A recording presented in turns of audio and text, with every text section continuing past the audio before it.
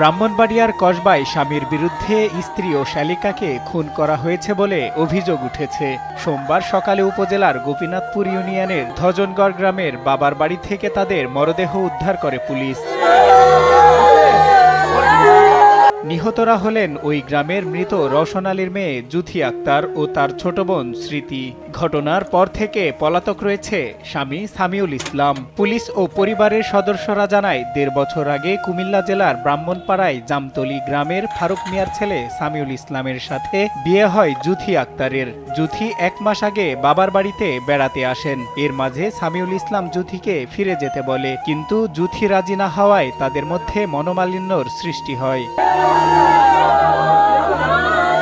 গত সপ্তাহে সামিউল তার শ্বশুর বাড়িতে বেড়াতে আসে। রোববার রাতে সামিউল তার শ্যালক জাহেদ ভুইয়াকে সঙ্গে নিয়ে এক কক্ষে এবং জুথি ও স্মৃতি অপর কক্ষে শুয়ে পড়ে। রাতে ঘরের ভেতর সামিউলের চলাফেরায় সন্দেহ করে শ্যালক জাহেদ। এক পর্যায়ে সে তার দুলাভাইকে খুঁজে না পেয়ে বোনদের কক্ষে গেলে সেখানে তাদের মরদেহ দেখতে পায়। আমি ঘুমাতে উঠছি, সেটা দেখি আমার দুলাভাই আমার লগে নাই পরে লেপেরে লাম্পা করে দেয়া গেছে। আমার দুলাভাই লাম্পা করে দেয়া গেছে। আমি মধ্যে দুলাভাই ঘুমাই দিছে।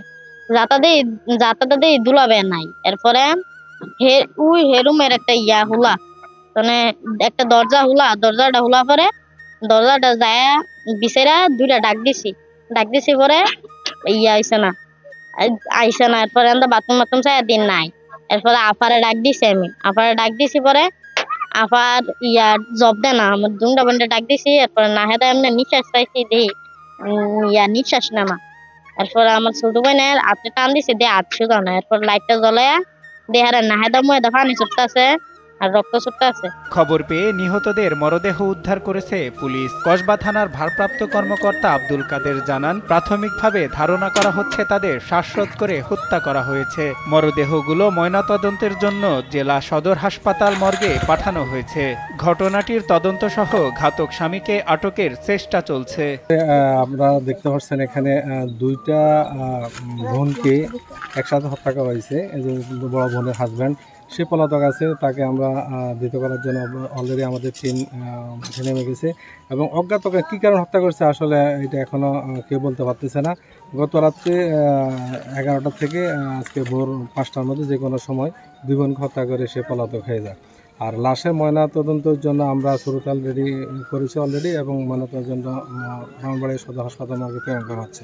অভিযোগ সাপেক্ষে আইনগত ব্যবস্থা গ্রহণ করা হবে। এ ধরনের হত্যাকাণ্ড গ্রাম জুড়ে সৃষ্টি করেছে চাঞ্চল্যের। হত্যাকারীকে দ্রুত গ্রেপ্তার করে শাস্তির দাবি জানান এলাকাবাসী। সজল বিশ্বাস, নিউজ ডেস্ক, দেশ টিভি।